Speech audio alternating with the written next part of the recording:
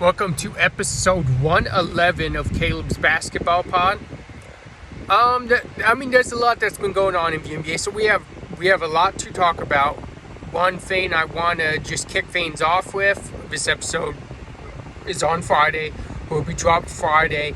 We will have the last regular season meeting of Boston and Cleveland, and it's just for more to look in.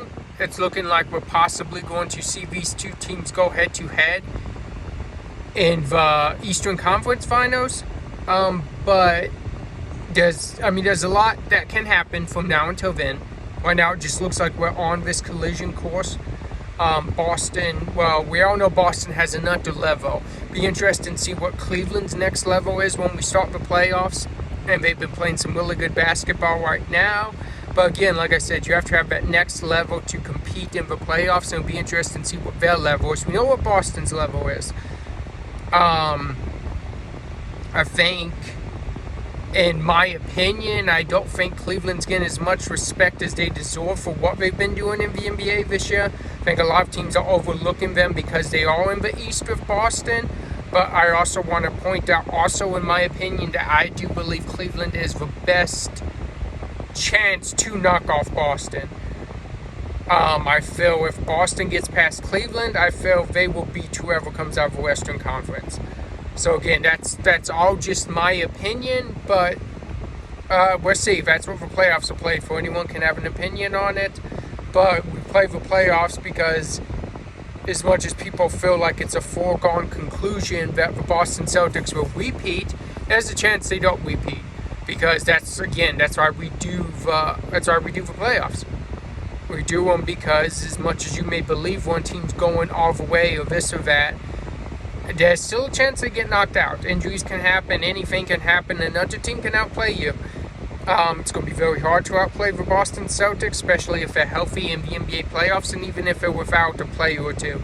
You still have Tatum, Brown possibly. You have guys like that just know what to do when it's time to shine, when it's for playoffs, when it's all down to those every possession counts. These guys know what to do. So, like I said, it'll be very interesting. But I also just want to say this, as much as I believe in the Oklahoma City Thunder, and I believe they are an amazing basketball team, I don't see how you could say, or anyone could say, that they're any more well-suited for the playoffs from the Cleveland Cavaliers. They've made it to the same spot like each of the last couple years as Cleveland has the last couple years. So how could you say that they're better fit to make a longer run in the West than Cleveland is in the East? Because you still have Denver, you still have LA Lakers, you still have the Golden State Warriors with the superstars that have been there, much like Boston is that team in the East. But another team not to look over in the eastern side of the playoffs is the Indiana Pacers. Last year, injuries went their way a little bit by other team stars being out, but these guys made it to the Eastern Conference Finals. And it looks like everything's clicking for them now, right at the right time. You can't overlook the Indiana Pacers. They very well could get that fourth seed, which would give them home court advantage in the first round, and then they could very well knock off the Milwaukee Bucks. They did last season. Giannis was injured, but they knocked off the Bucks last season. They could knock off the Bucks again. They could be in the next round against Cleveland or the number 8 seed, whoever that may be. They could be in the second round. They could find their way to the Eastern Conference Finals again if a couple of things go their way. There's teams that I just don't feel like we should count other teams out and just say it's Boston and Cleveland. But I also feel like Cleveland has the best chance of any matching up with Boston to take them out. But at that same point, I don't believe you can count out the New York Knicks if we get that second round matchup against the Celtics. Right now, the Celtics have beat the Knicks every single time they played, and it's been by double digits every single game. Okay, but it's hard to do that. Add another 4 times, you've done it 3, I want to say.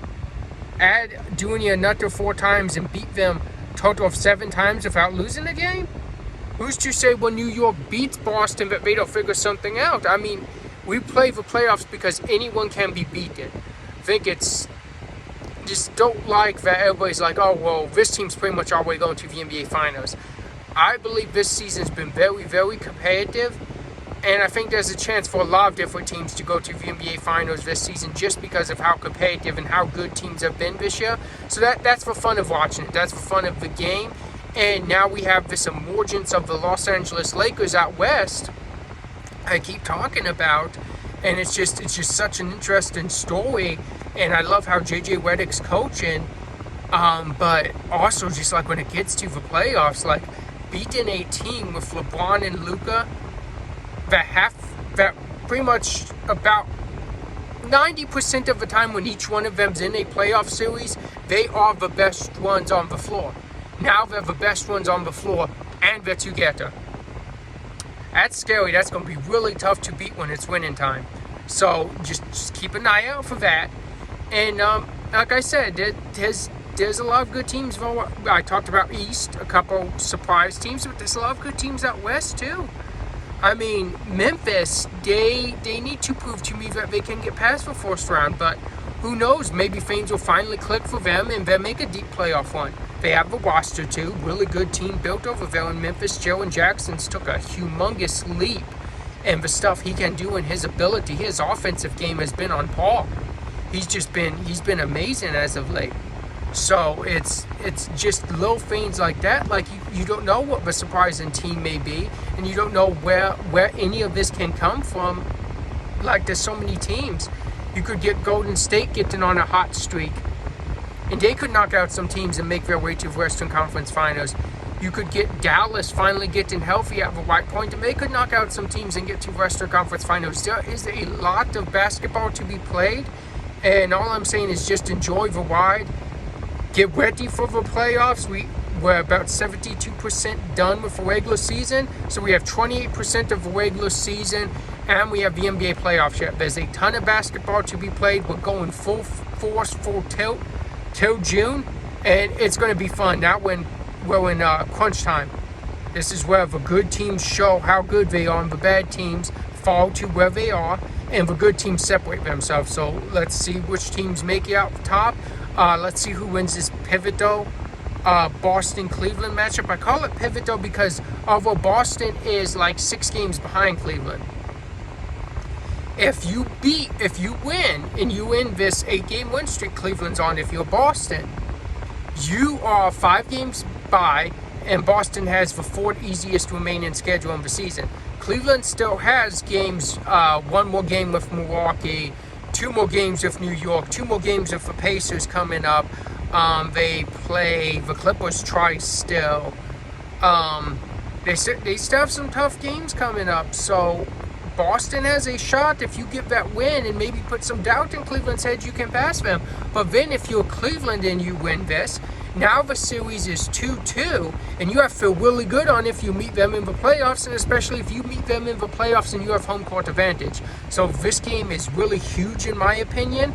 But something else I've seen from every single game, every Boston-Cleveland game this year, this season, has been Cleveland comes slow out the gate against Boston.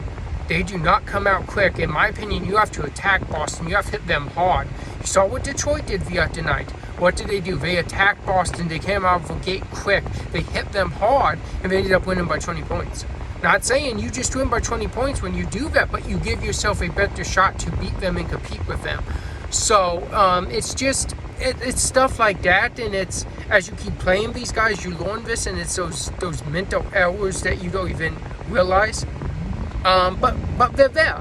And maybe the intimidation Boston has, maybe because you feel you can compete with Boston, you're putting more pressure than you should instead of just playing your basketball. So I'm saying for Cleveland, doing TD Garden, they're going to be rocking. They want to beat you because they want to show there is no competition. If you're Cleveland, you have to come out, you have silenced that crowd, you have come out attacking, just like you did Orlando, just like you did New York.